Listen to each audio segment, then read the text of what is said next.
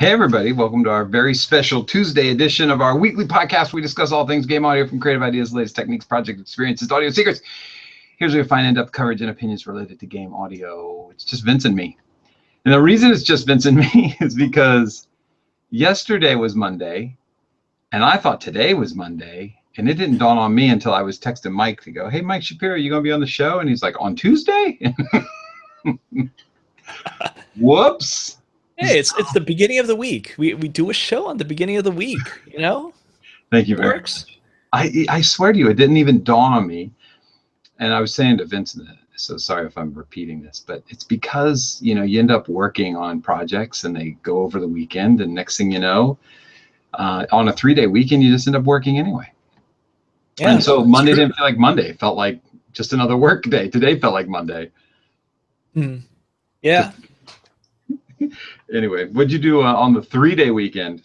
The 3-day weekend, man. Well, there was actually a lot of stuff. I went down to San Diego, went down to the San Diego Zoo with my fiance, had some nice times eating some Asian street food at this local night market.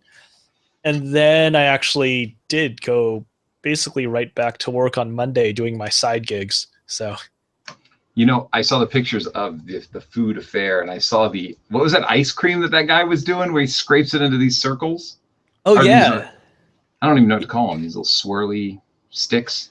Yeah, well, I mean, they weren't on sticks. They were just rolled up ice cream. And, they make the ice cream by putting the actual cream concoction flat on a very cold pan. Okay. That's going to instantly freeze it. And then as they freeze it, they just scrape it along with really something that looks like a paint scraper. That's what I saw, yeah. And it works. And it works really nicely. It's incredibly tasty because they're really because of the process. The ice cream is actually really dense, really quite flavorful, and they actually don't have to use as much sweetener or any other toppings on it, because with it being so dense and flavorful, you really get it, the milkiness, the creaminess of the treat. It's really good. What flavor was the ice cream? Was it vanilla? No. Well, actually, my fiance did get a vanilla type, but the base of my ice cream was actually ube, which is a purple yam. I mean, that's the best way to describe it. It's this sort of starchy purple yam thing that's used for a lot of traditional desserts in Southeast Asia. Oh, gotcha. That's awesome, man. Well, it looked like you were having fun. It was pretty fun. It was also wild and loud, and it was impossible to get phone reception in there. So I was trying to meet up with people, and text messages work, but any other type of messaging, Facebook Messenger, no. It's not going to work at all.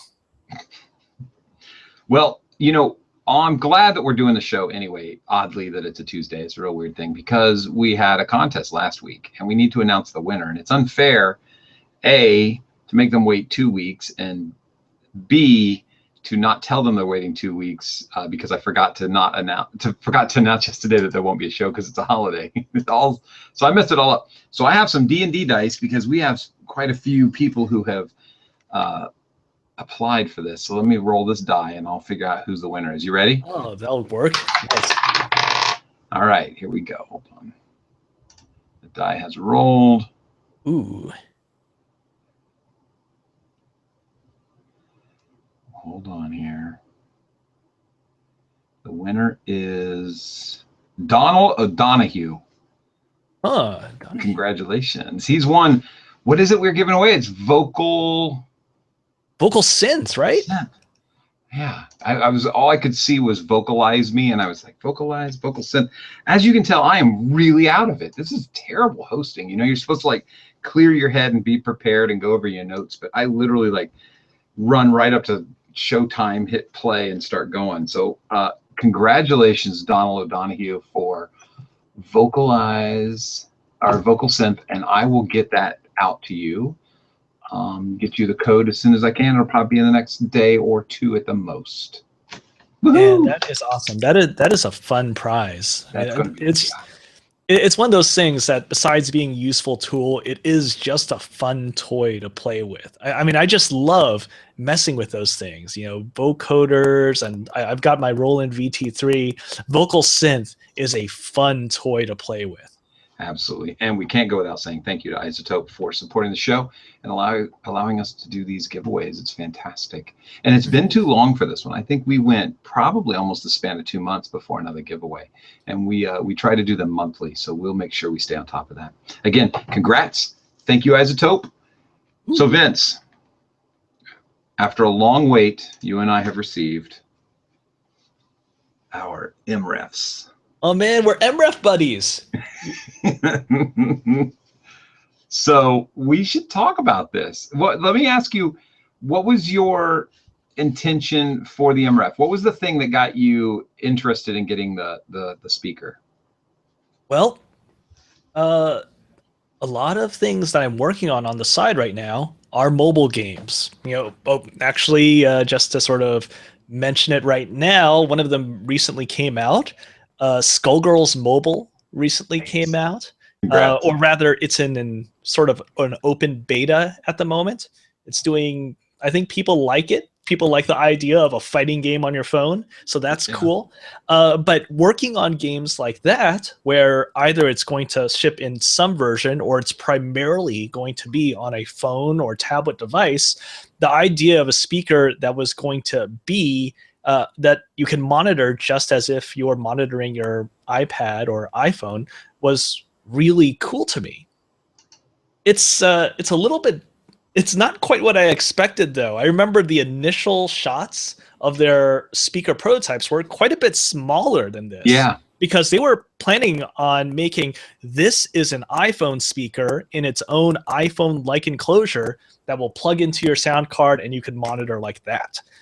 It's not quite like this. It's really quite big. It's kind of, I guess they kind of wanted to make it sort of Aratone-ish. It is almost the size of an Aratone, except not the square shape.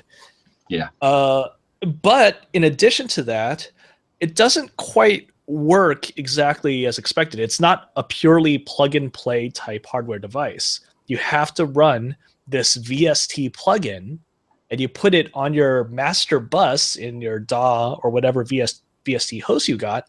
And in that VST plugin, you choose, I want this speaker to sound like an iPhone 6 or like a Nintendo 3DS or an Android tablet.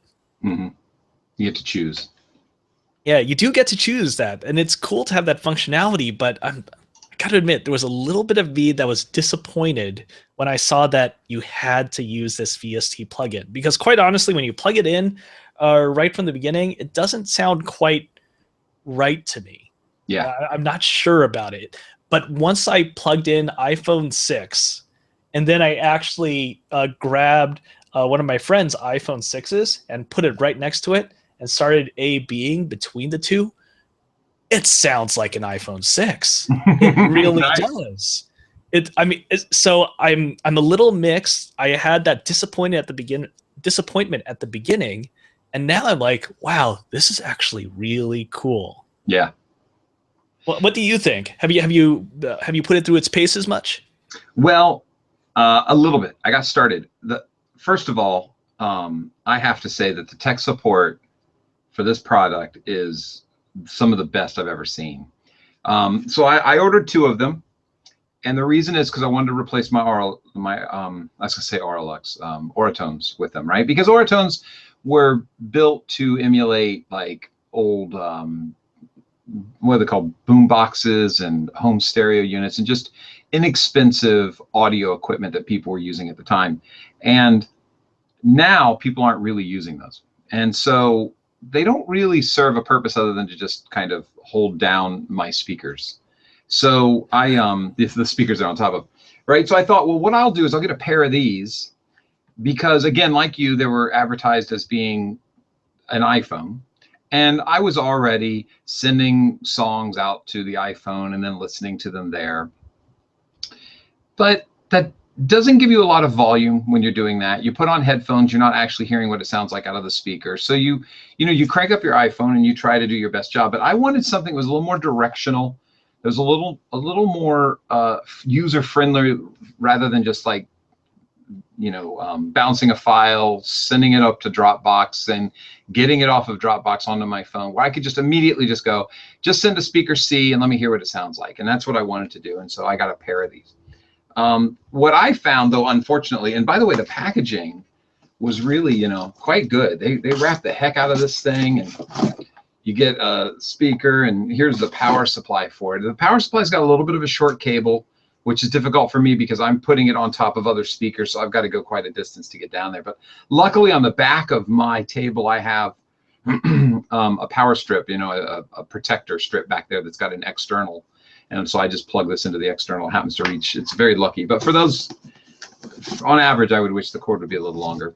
And you've got, a really nice, congratulations for getting the speakers. Here's some information about downloading the software. I'm with you. I was more excited. I was very excited about it being an emulation of actually using the real iPhone speaker. I don't want to go into that. You just did that very nicely. So when these weren't, I was like, because you can buy other emulations. You can get download plugins that emulate an iPhone or an iPad or something like that. And I really just wanted the real speaker. But I am really pleasantly surprised at how it sounds just out of the box. I plugged it in. I attached it to my laptop. I took a stereo cable out of the laptop and plugged it into the stereo cable into the back of this. It worked anyway. So he must be using that universal plug that can take mono or stereo, and it just reacts properly. I did get this one, unfortunately, died in shipping. You can hear this. Something came loose and it won't power on.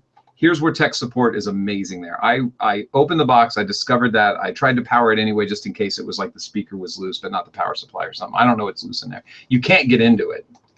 And he wrote back before 3 hours had passed or something. I sent off the email not expecting anything. I'll hear from him in a couple of days. And the next morning, there was already a reply sitting there that I had been accidentally ignoring because I wasn't checking my inbox thoroughly enough. And he said, I'm going to get you out a product right away, and I'm sending it to you, but I'm sending you a return receipt so you can send this back to me because I want to look at what happened. He's like, there's not a lot of stuff in there that should be coming loose, so I want to see what happened so we can prevent it for future shipping. Thought that was a really nice gesture. This one as well had its own issues that they've discovered as well, which was that there's a 300 hertz hum, and so when you plug this into power, it just hums at 300 hertz. It's not super loud until you touch to this metal, and then it increases in volume by tenfold. And then when I plugged an audio cable from the back into my laptop and was listening, the hum was a little bit louder. If I was touching the speaker and the laptop, the hum got quieter. So it seems to me it's some sort of ground issue they're dealing with. And I'm sorry, I can't think of the name right now. I should look it up and not be disrespectful, but the owner of the company, CEO, is the one who's been writing me. Oh, is it Jim? Yes. Thank you for doing it. Super, super nice guy and very, very on top of things. He actually said, what we're going to do is we're going to send you this one and send you a return receipt. Let me know if that starts bugging you, because we discovered it a little bit late, and we're working on that right now, and we're going to be sending.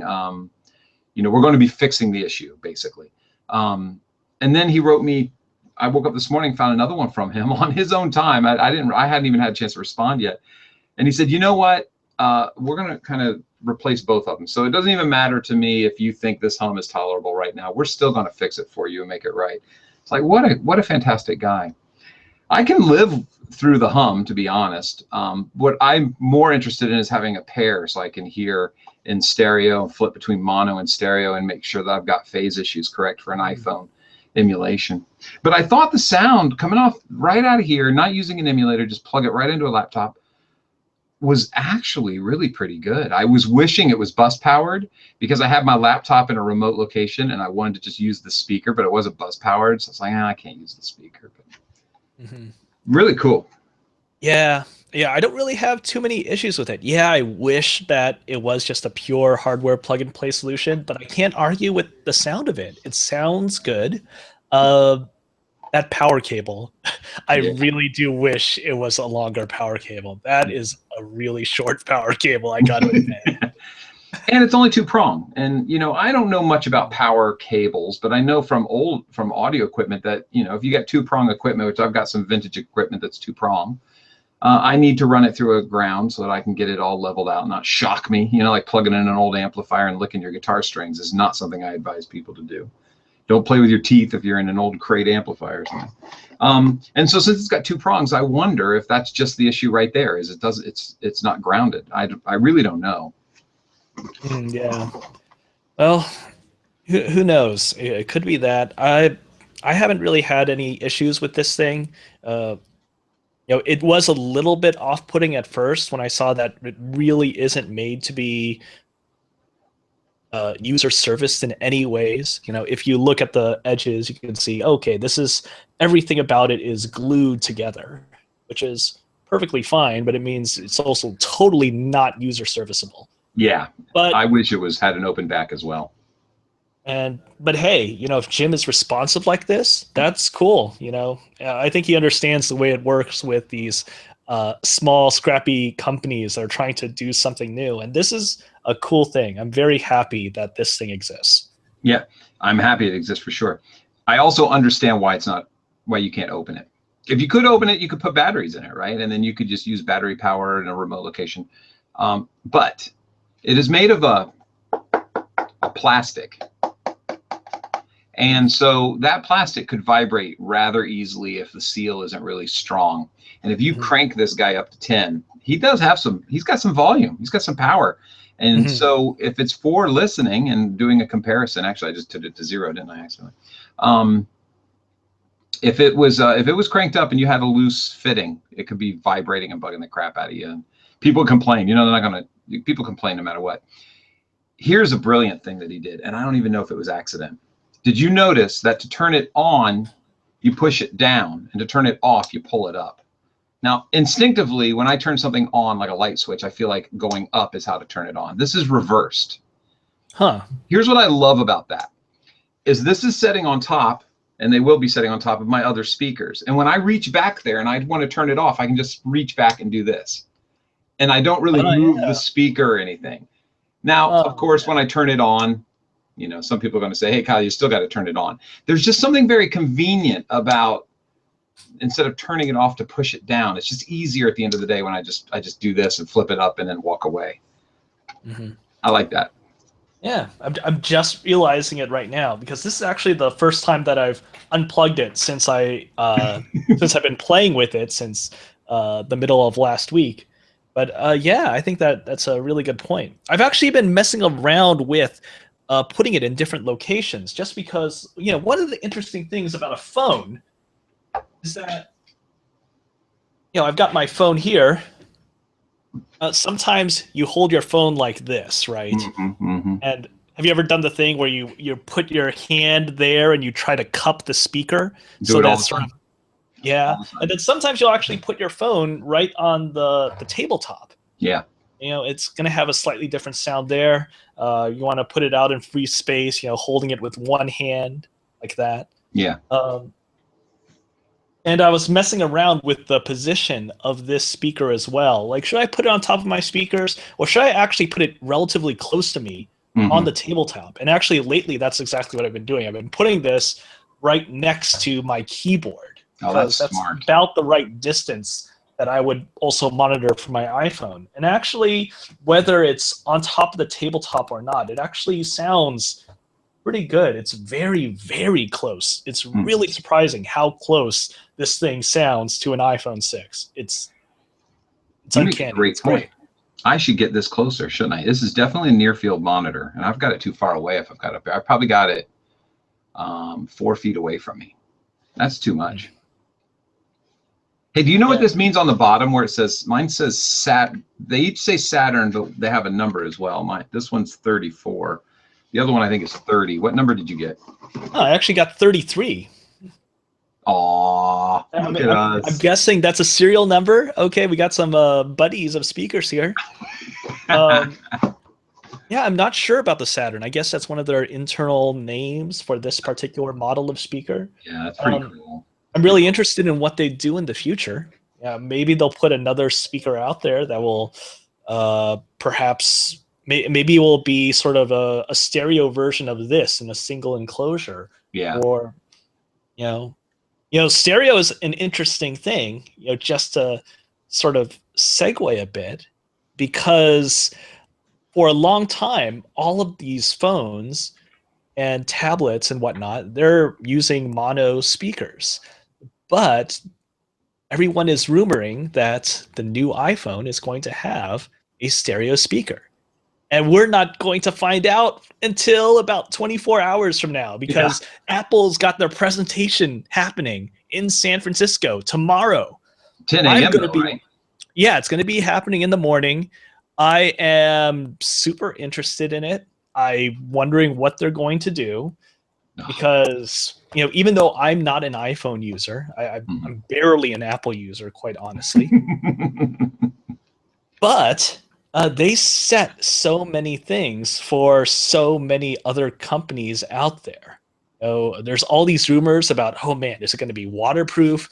Are the speakers going to be stereo? Besides the whole stereo speaker thing. And apparently the rumors are saying that what they're going to do is they're going to appropriate the earpiece on the other side of the handset, and that will be the left speaker. You have the other speaker on the other side of the screen. That will be the right speaker, and it will give you some stereo separation. That's the rumor. Who knows?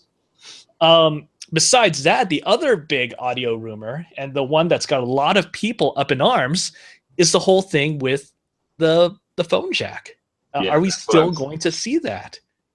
I'm not sure what to think about that right now.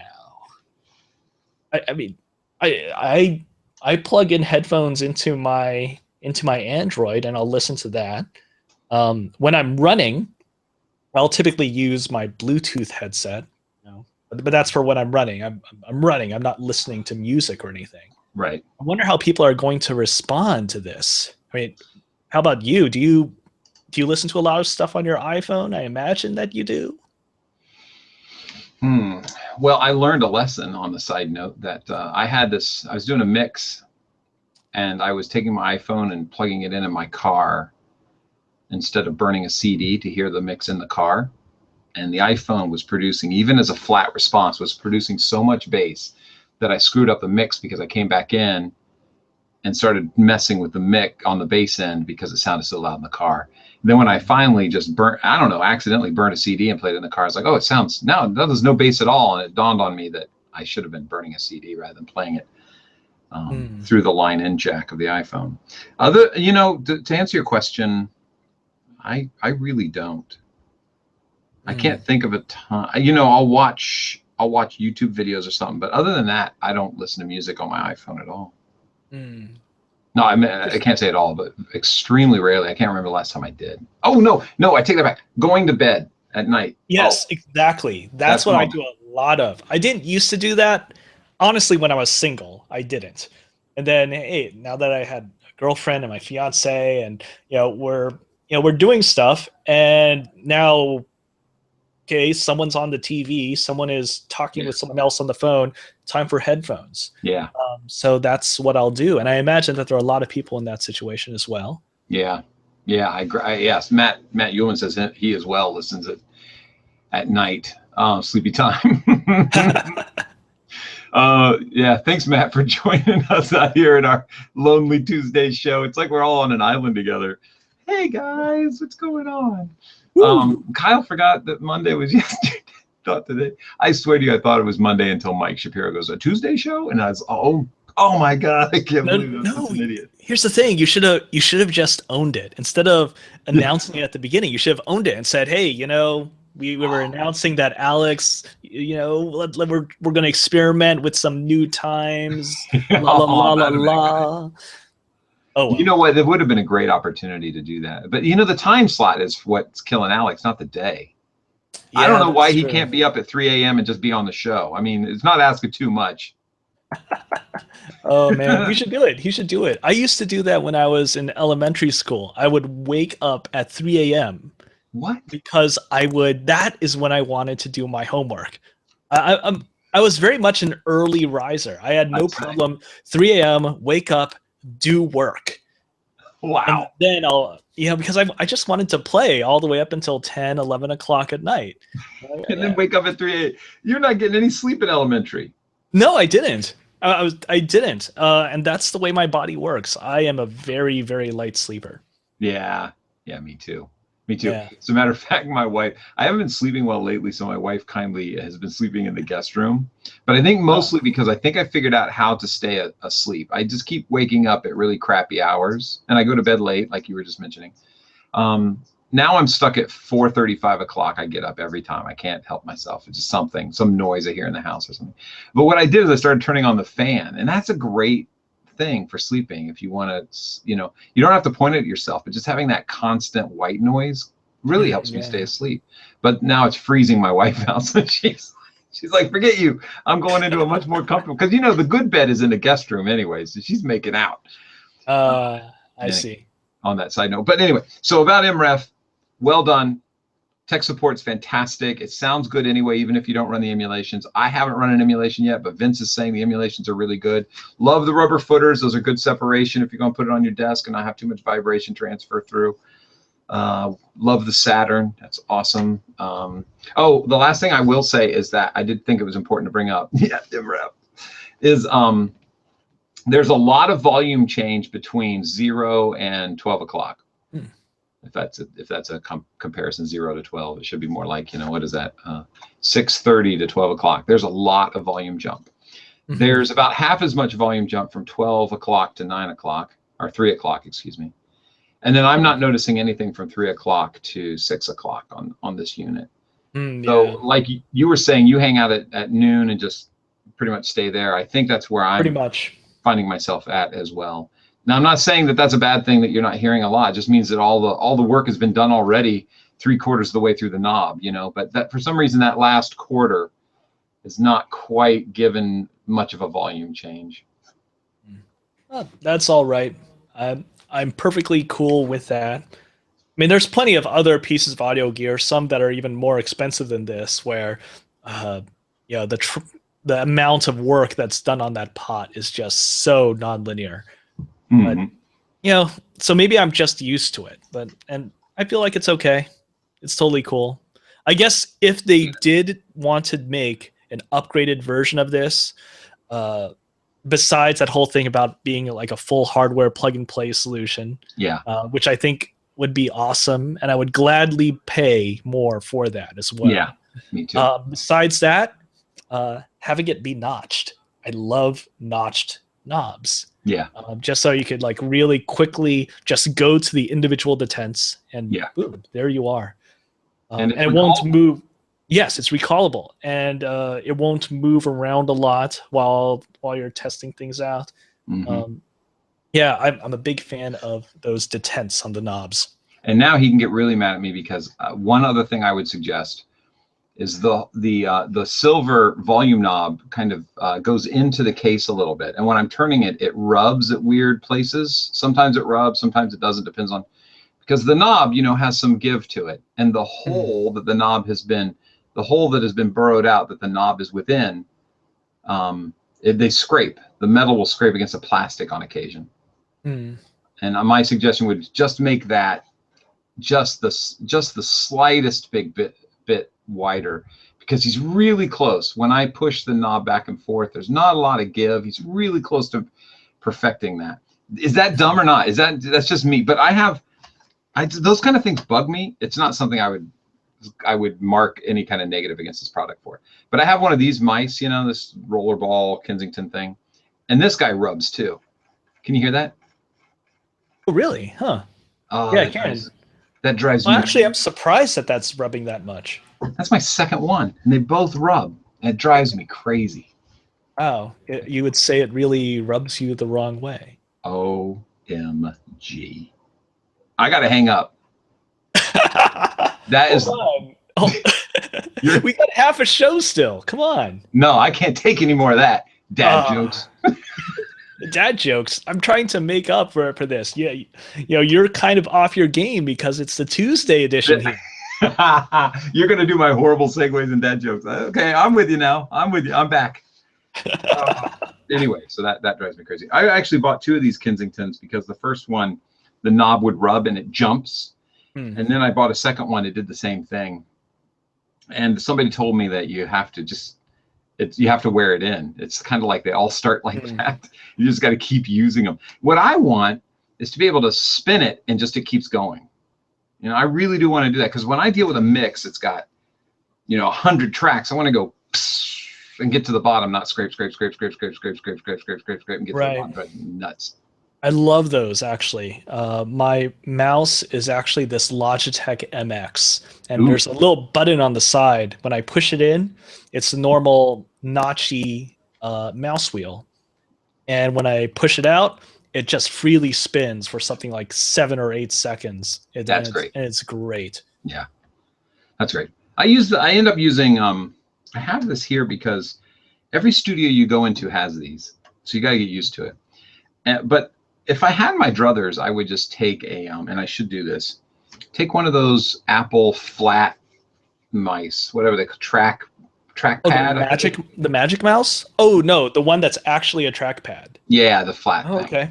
Yeah. I like the gesture when you go like this and your whole screen frees up, it pushes everything out of the way and you can go get something. I do that a lot. I just throw my finger and get that. Or if I wipe off the edge and then come into the center, it brings in things. Or if I don't wipe off the edge but start near the edge and do this, it'll shift pages. Like if I've got multiple mix pages up, I can just go like this and just kind of go through. Like if you open up Logic and you do like 3 or 4 mixes at the same time, you can just go like this and go from one mix to the other mix to the other mix. So there's a lot of really cool features with that. And I use that probably more than anything, but I have this here because I just, you have to do it or you'll end up being slow when you go into a studio for something, you know? Yeah. If you're a Pro Tools guy, I am not a Pro Tools guy. I got my setup. I'm the master of my domain. That's smart. Yes. That's smart. I don't know if it's smart, honestly. You know, it is, you know, I do have to work with another engineer if I'm renting time somewhere else. Yeah. You know, I mean, I'm just not fast at all if I'm renting a studio. No. They got Pro Tools. I just cannot work with any sort of speed. It's tough, man. And Pro Tools, every day I learn some new keyboard shortcut. You know, I wish they would standardize that. Now there are softwares that you can buy where you can go through your DAWs because I have to have Cubase, Logic, Pro Tools, Ableton. What else do I got? I got Studio One. Oh yeah. Personally, I just refuse to work in Reaper. That's just me being a. Here's the thing. Reaper is one of those things where you can configure pretty much everything. You just import it to, okay, this is Reaper, all the Pro Tools shortcuts, all the Pro Tools keys. You know, I've got Reaper, and one of the first things that I imported was all the definitions for Cakewalk Sonar. So you're like, okay, everything works in a Cakewalk Sonar type way. And I'm just as fast in Reaper, if not slightly faster, actually, when I'm just doing pure sound design and I don't have to deal with MIDI in Reaper. You know, it's fantastic. Yeah, yeah. Oh, come on. Wait a minute. Why don't you want to use Reaper? Have you mentioned this before? It looks terrible. It looks terrible. I'm not inspired when I get into Reaper. They're going to be, what a jerk this guy is. But it just, oh, my God. I might as well be tying my shoes or doing taxes. It looks terrible. Put some effort into the visuals, for Christ's sake. It just looks like this is the basic look that we're going to give you. And you know what? I got to tell you, Studio One isn't much better, but I've at least had a project in Studio One. I've also never received anything in Reaper. I've never received a project from a game studio saying, we've got some sound design, and that happens a lot. You know, we've got some beginning sound designer, we've got some composition stuff here, and here's a project that, you know, somebody in-house created for you. Those are almost always in Pro Tools and never in Reaper. And as far as mixes go, I've never received anybody sending me a Reaper mix. There's one DAW, though, that I am super stoked to get, and it's the Harrison DAW. It's called Mix something. Mix something. I can't think of it. So just to give a little brief for anybody who doesn't know. Oh, hold on. I'm answering that. What'd you say? Are you talking about Mixbus? Mixbus. Okay, so there are some, you know, arguably there are some major consoles used in recording. Neve, API, SSL, Trident, which is my favorite. You know, there are some real heavy hitters in that space. And then there's Harrison, who is arguably as heavy a hitter as them, but almost more boutique. You know, it's not a super popular console. I mean, Flickinger is another one of those kind of really big console. Huge albums came off of this thing, but you don't find many of them around. They're not as ubiquitous, if I'm using that word correctly, as like Neve or SSL. Right. So Harrison is the Harrison 32 is what what's the name of the guy who mixed all the mixed Thriller and stuff? It's like, I want to say Snowden, and I know that's not it, but anyway, I can't think of his name. Shame on me. That Thriller and many other albums, but Thriller famously was done on a Harrison console, and they just sound gorgeous. So as far as DAWs go, I have a bit of a prejudice against anybody who shows up late to the game and just doesn't do anything special, you know? And that's the way I kind of feel about Reaper. They've got all this functionality, and you can dig in really deep and make all these edits and do all these changes. And sure, that might be that they're doing it more than any other DAW, but it's not like the other DAWs aren't giving you the ability to customize your view. It's just maybe they haven't gone as rich into it as Reaper has, but I'm not sure I'm ever going to use that functionality. So if that's their sales point, is that here's a new DAW, we're late to the game, and we've given you the ability to really customize us. Well, I'm not necessarily in need of a DAW that gives me the ability to really customize beyond a certain point. But what Harrison has done is they said, hey, we're going to emulate an actual 32 console. And every time you bring up a channel, you're going to see compression, you're going to see EQ. And it's going to be in for maybe they even designed a gain stage around their pre's. I'm not sure. But they said, we're going to actually do a software version of one of our 32 consoles. And so there seems to me to be a good reason for a DAW to come out to say, we're actually unique. Yeah, Bruce Sweden. I don't know how to say his name, but Matt, you only got it right. And he's heading out, so we're all on our own now. I don't know. Is there anybody else in the... Anyway, actually, so is it pronounced Sweden? Sweden? I don't know how to say his name. It is. Sweden, well, Bruce Sweden. Anyway, so that's my point, is that a DAW that just comes out and looks like every other DAW, doesn't do anything special, but just gives me some functionality about being able to deeply manipulate the look or feel or whatever. I'm gonna poke at you on this because hold on, you're a programmer. You're not just a sound guy. You are a programmer. You're not unless you want to change your title to former programmer, but I believe you're a programmer, right? And it's not just programming. Right. And it's not just, hey, we're going to give you all this deep functionality, but you can do all sorts of stuff in there with Lua or Python, you know, and that's, you can do really, really deep, really robust functionality. And there are a lot of guys out there that will just share their stuff that's done in Rescript for, oh, look at this way that I'm actually batch processing all of this dialogue, or I'm handling all of this sound design that's coming from all of these other external sound designers, and I'm putting it through this batch process, and it will do this, and it will make it equal or at least sounding on similar terms as something that comes from another sound designer, and I can work with it the same way. And yeah, and people are sharing all these scripts around, and it's fantastic. I was actually I was reminded of something that was done by one of the Call of Duty guys, and he was saying, okay, yeah, check out this script because this is really great. And I was thinking about it because I'm working with this other sound designer that's working on this other project. We're both external sound designers working on this gig, and we're trying to coordinate with stuff.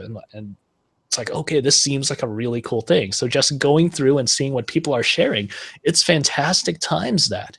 That is good. And the community is fantastic if that happens. My question, though, becomes, are they inventing something that already exists somewhere else? And if they are, then they've lost time on their project to create something. Like maybe if you want to share projects, maybe somebody's created a script in Reaper that makes sharing projects easy. I'm sure it's not going to have a great GUI. It's not going to be fully robust because they don't have a lot of time to do that. And it's being done by the community, not by the programmers. But you could get on Splice or Gobbler and do that anyway. You know, so when you look at the list of things that are existing, how many of those are reinventing a wheel that already exists? And is it really is that really useful to me? That's the trouble. I guess what I should do, and I've threatened to do this before in past shows, is check out Reaper, because I am making a blind judgment other than just the way it looks and my presumptions about its functionality and whether I need it or not. Yeah, it's tough also because you have to know really deeply about a lot of DAWs that are out there. I mean, I can only profess to really knowing deeply about Cakewalk.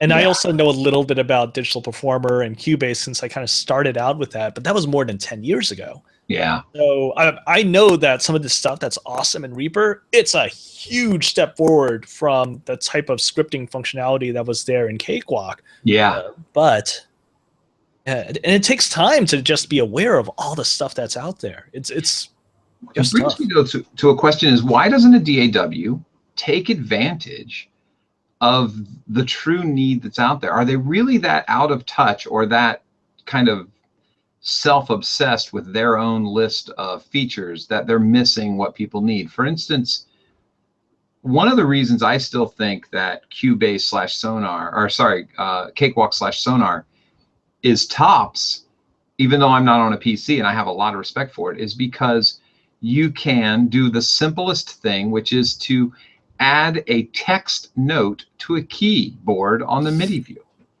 That seems so dumb, but do you know how useful that is? You could just write in there, here's my horns lead line or something, or here's the horns section for frequency, you know, and here's the cello section for, you know, and you could just know, but while you're playing that, oh, this note is already outside of where cello can go. And so I need to pull that note back just easily by watching your piano roll go by. I mean, that's a great feature that, and also they have, what is it called? Cal, C-A-L is their scripting language? Yeah, Cal script. And so you can get in there pretty deep, and we did during the Guitar Hero days. We got in there really deep. And I mean, if it wasn't for Sonar, you know, Guitar Hero would have really, I mean, everything that was done in MIDI for Guitar Hero was light shows. The animation was created, but the animation was choreographed via MIDI. Of course, the gems falling down was all MIDI. You know, there was a lot that was going on in MIDI in that game, and we had to do it with Sonar because of its functionality. Why doesn't some DAW just grab all of these awesome features and put them together and make that? I think probably some Reaper proponents would say that that's exactly what Reaper is doing, except it just doesn't look that good. I thought you might say that. You know, and honestly, the new Reaper 5 does look better than Reaper 4. Let me go look. Let me be the judge of this. It's still pretty similar. You know, it's visually, it's the similar aesthetic, but Reaper 5 definitely looks better than Reaper 4. Gotcha. I'm going to look right now. Reaper 5, an exhaustive review. No, thank you. Well, anyway, back to, it looks better. Better. But I am visually affected artistically. Absolutely. There's no doubt about that. That I can look at a picture and be completely inspired by it. And somebody could read me a description of that picture and I wouldn't be inspired at all. And that was one of the things that attracted me to Mac over PC, was that it just looked better. I felt like I was being creative rather than just, you know, filling out a spreadsheet or whatever. But back to Mixbus, I am super excited to get that. They're making a mistake by not allowing a demo. Please do a demo. That's ridiculous. I shouldn't have to spend $300 or whatever. Now, to be fair, they're going to argue. They're going to say we have a $70 version. I think it's $79. And at one time it was free.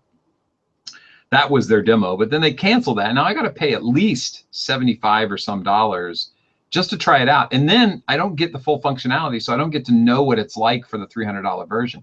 And as excited as I am about their DAW and checking it out, I also don't want to spend $300 to see what I'm, and even more than that, if I want to get their plugins that they include with it.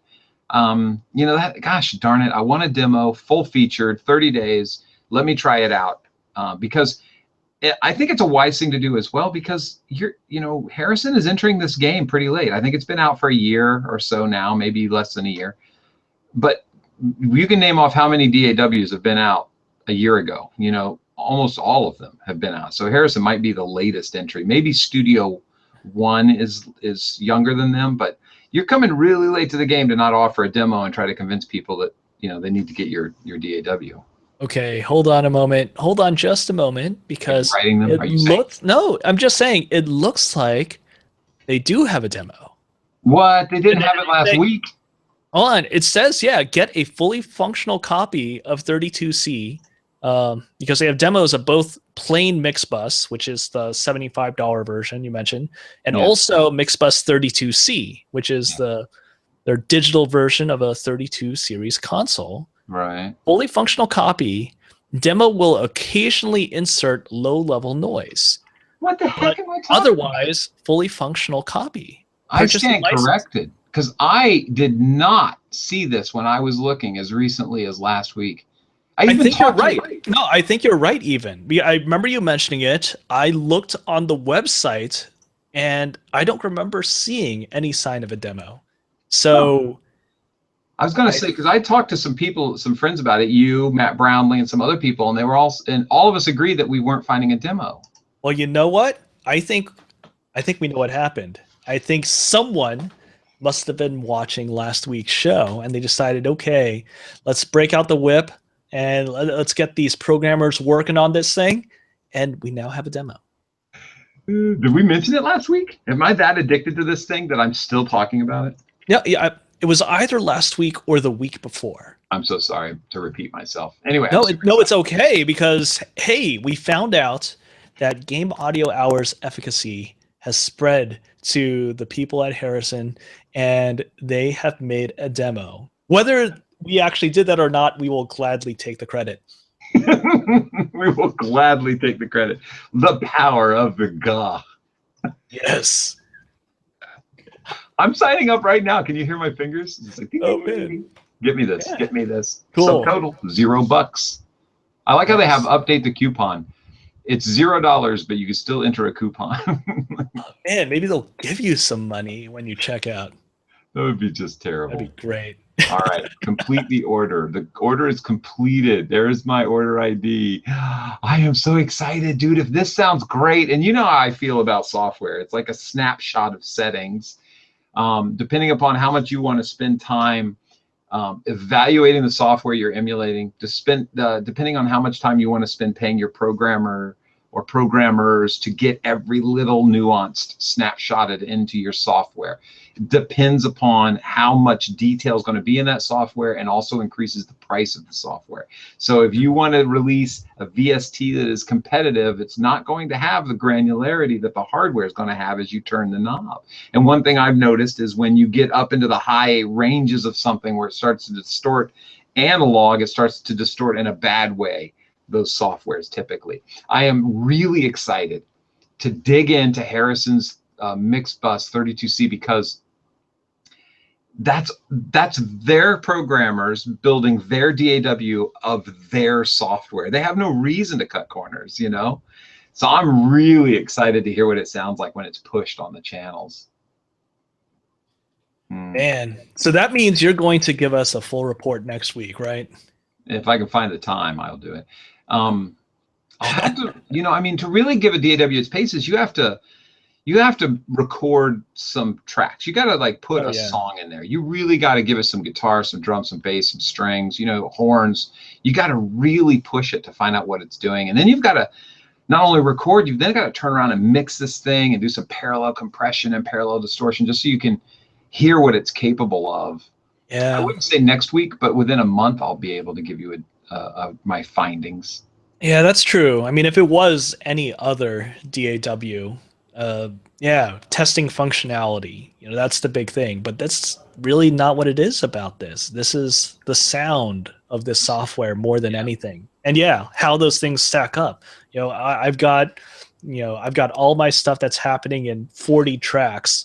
Well, what's it going to sound like when I put this thing on 40 tracks? Or how do things stack up? I was doing a mix yesterday. I wonder if you. I know this is going to be a long shot at you knowing the answer to this because I don't know if you use Logic very much. But I was doing a mix yesterday, and I asked the artist. I said, "What do you want me to at what LUFs do you want me to deliver the mix so it's ready for mastering?" You know, because I don't do mastering. That is a science that is, I wish I was capable of doing. I mean, the ears of mastering engineers is just something I really just envy. You know, some people want it at -10. Some people want it at -16 because they know they're going to stream it and they want to make sure, you know, or maybe -20 because the AES is the streaming is negative. For streaming audio, the LUF should be between -16 and -20. People jump all over. I always ask the person, what do you want? And this particular person said -4. So I was like, oh, okay, cool.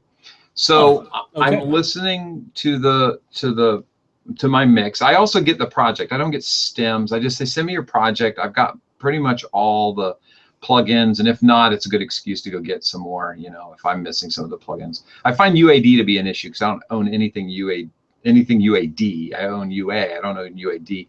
So those plugins, it's like, do I want to shell out to get one of those satellites? I don't know yet. So other than UAD, and what I'll do is I'll emulate something. I'll get the settings, like maybe they're using some UAD compressor, and I'll say, what are you using? And they'll say, oh, it's UAD's LA2A, and I'll go, oh, okay, I've got an LA2A. What are your settings? And then I'll try to emulate that, and then I match as close as I can, and I print a stem so that I can be close.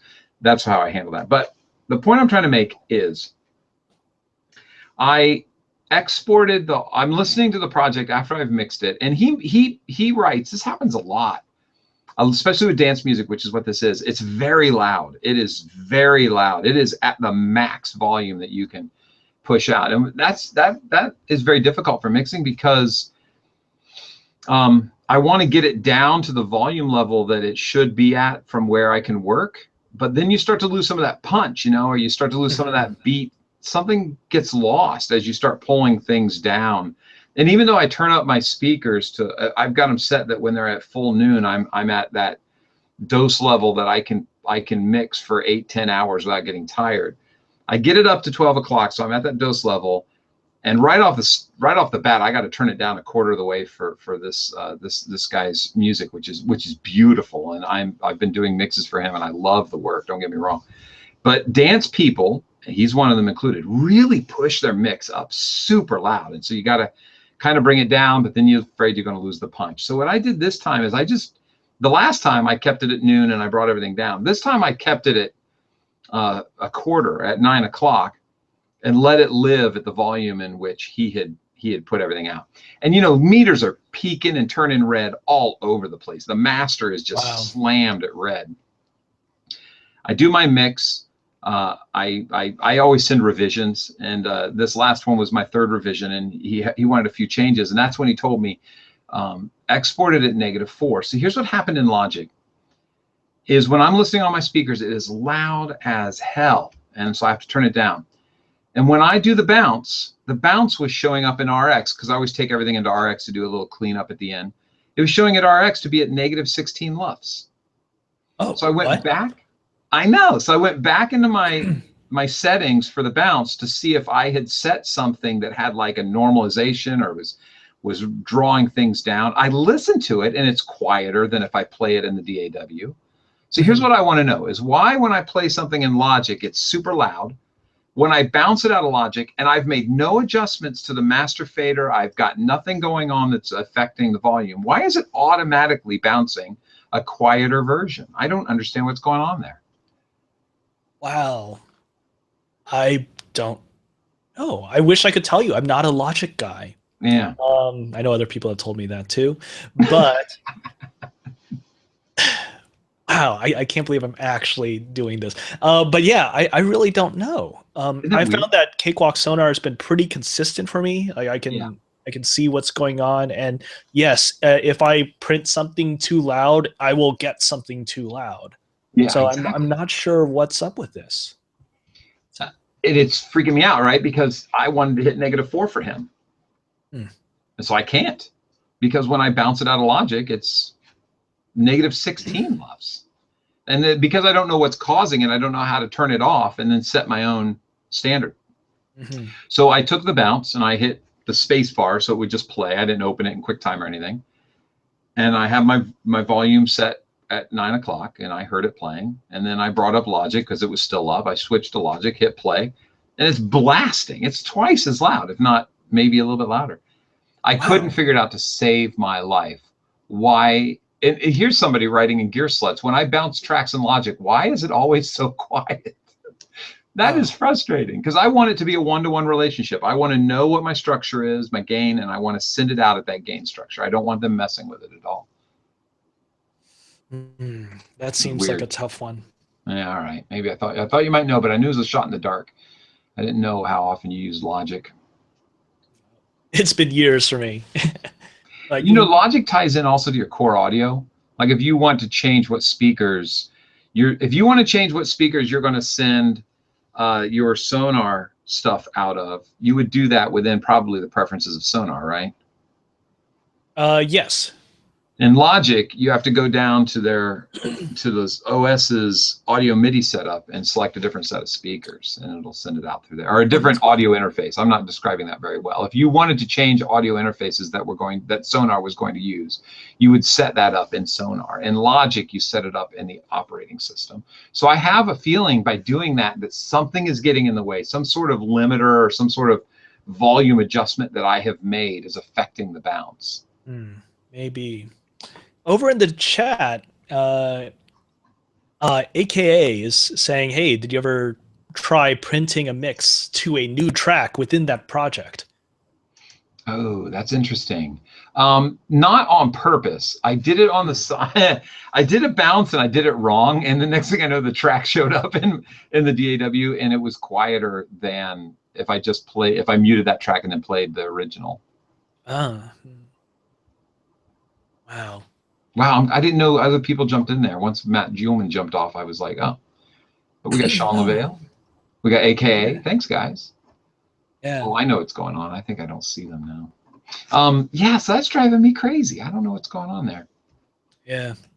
Well, I'm part of the PC race, and I'll stick with Sonar. I actually know that Sonar is not the be-all, end-all of DAWs. But really, what is? You know? Reaper, people would tell you, but they have full. Yeah, but seriously, is there a DAW that is the be all end all? Hey, maybe it is this Harrison mix bus. We'll find out in a few weeks. Oh, I hope so. I love Ableton. I'm finding myself spending less and less time in it because I'm doing so many mixes in Pro Tools, and also any surround mixes that I do have to go to Logic because I'm stubborn and I refuse to spend all that Pro Tools money just to get surround capabilities. Sean Lavelle says he loves Logic, but he usually mixes in Reaper, so he hasn't noticed. Wow. Well, question for the ages. Those guys just popped in, and we've only got 2 minutes left. Wow. 2 minutes to cover. Wow. One of the things I was thinking about broaching on this show is perhaps talking about what's going to happen tomorrow. We've already mentioned that Apple is going to be talking about their cool new stuff. Sony is also going to be talking about their cool new stuff. One of them is going to be a refresh of the PlayStation 4 console. It's going to evolve into the PlayStation 4 Slim. But then there's also talk that they're going to be mentioning the PlayStation 4 Neo, which is a supercharged version of the PlayStation 4 hardware. Things are going to be running some percentage faster. So it's okay, the graphics are going to run 100% faster or 130% faster from what I've heard. Who knows? Are they actually going to be talking about it or not? I know that a lot of people are talking about how, yes, we can't wait for all this graphics to be better so that the PlayStation VR experiences, which are going to be coming in just a few more months, so that those will be better. Yeah. I thought maybe we could end on just a little quick question, which is, we got all these awesome bits of console hardware and they're just getting better, but what would we really want out of an audio bit in these console announcements? What would be really awesome for you? Wow. Oh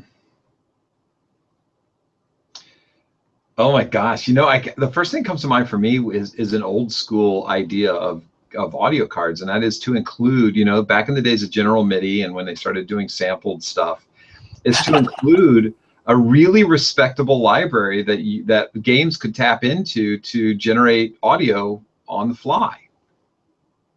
I'd love that. 5.1, don't need 7.1. 5.1, 192, Yeah, I would want a really nice library that everybody could tap into. Not general MIDI. I don't want my helicopter sample. You know what I mean? The helicopter sample, the gunshot sample. Those are so bad. Those are great. Hey, it's already ready for making a first-person shooter with a general MIDI sound set. That's smart. Yeah, they were thinking Metal Gear Solid before there was Metal Gear Solid. What do you want? What would be your ideal audio add-on? Well, actually, Sean in the chat room mentioned this. Hardware supported HRTFs, standardizing binaural audio across all games. Yeah, that'd be cool. Oh, he's on top of it. Yeah. I was actually thinking about Dolby Atmos. One of the nice things about not just the PlayStation 4, but the PlayStation 3 before it is that they've always generally been pretty good about allowing the users to say, hey, this is my experience. I want an uncompressed stereo audio experience. Prioritize that. If that's not available, give me other stuff. But if it's available, give me that uncompressed 2496 audio or 192 audio or whatnot. And that was actually really cool. Or I want a 6.1 experience. I want a 7.1 experience. You do? You want to go big? I actually do. And I like this idea of Dolby Atmos and games being this very freely scalable thing for no matter how many channels you might have in your setup. And 7.1, there are increasing numbers of people that are actually using 7.1. And that's cool. And supposedly all the new consumer amplifiers and speaker systems that are out there now are making it not just easier to put up there, but also easier to set them up correctly. That's such an important thing. So maybe some sort of a thing within the PlayStation 4 when it comes to getting things to scale right. Hey, I've got this fantastic mix and it will sound fantastic on your PlayStation VR with your headphones and your headset, and it's going to sound fantastic on 5.1. It's going to sound fantastic on 7.1, and it will be brilliant. But not just that, it will sound fantastic in some circle surround system that's going to be even better when the system actually updates in 2 to 3 years. Yeah, that'd be nice. All those things. Man. Yeah, AKA mentions, hey, we're going to have to wait to see what the porn industry uses as its standard again. Yeah, that whole thing about how porn dictated VHS winning over Betamax and Blu-ray winning over HD DVD. Oh yeah, if porn does Dolby Atmos, and I am not going to continue with that. I'll let we'll leave that there. Viewers. Yeah. Oh man, yeah. Some people do believe that industry drives technology. Yeah. I'd like to argue that the game industry pushes it more visually, at least. Sean LaVale says, Destiny makes me really crazy using the streaming audio to keep audio out of RAM. I wonder if other AAA games do the same. Visuals just keep getting pushed. Yeah. There's a topic for another show. Well, you know what, Sean, let's talk about that next week. Let's bring it up again and make sure we don't forget, because that's a great topic right there. And I don't want to forget that it is official. We have an official date for the barbecue. I almost said gang. I didn't mean to. I love gang. Sorry about that. I didn't mean to steal your thunder. You know why I almost said that? It's because I go to the gang barbecue. There is a gang barbecue, yeah. It's so good. So sorry about that, Tommy. The Game Audio Hour barbecue is officially on. And the date is September 17th. That's the day that we could get everybody together. Oh, it is September 17th. September 17th. Oh, that's the date that I can't be there. No, I thought you said you could. No, September 17th is definitely the date that I can't because I'm in San Francisco. Oh, sorry. What was the date you can't? Everybody erase what I just said. Oh man, hold on. Are we going to have to talk about this? Well, let's talk about this after the show then. I was so excited. I even wrote it in my calendar. I'm being an idiot then, which wouldn't be the first time. So, okay. So we will announce on Twitter when the Game Audio Hour barbecue is. We don't have a date yet. It's okay. I mean, I like where we're talking about now because it's going to happen. It's going to happen. Well, it might end up being October then, right? Because I was hoping to do it in September, but I know on the 24th I'll be at a Lush concert in California. Right. Yeah. Yeah. Kraftwerk There's on also the the 18th. 25th. There's also the 25th. That's a Sunday. Yeah. Okay. I am free the 25th. We could possibly pull that off. Okay. Right. We'll talk about figure this out. We will. Yes. Let's make this happen. Okay. We're going to make it happen. And so anybody watching this show, forget about what I just said. It's Tuesday anyway. I don't know who decided to have a show on Tuesday. I wonder. Okay. I'm hanging up. Thanks, buddy. Yeah. I'll see you next Monday. Monday. Bye.